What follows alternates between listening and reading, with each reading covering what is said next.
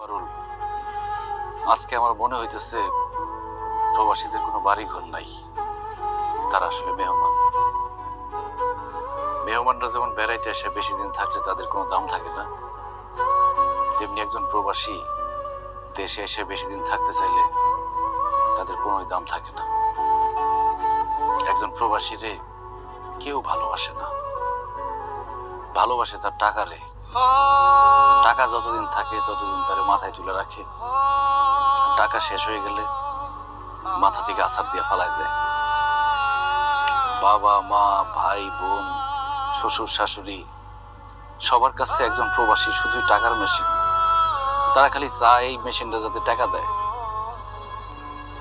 কিন্তু একজন প্রবাসীরও যে মন আছে, মায়া আছে, আবেগ আছে, এটা কেউ বুঝতে চায় না।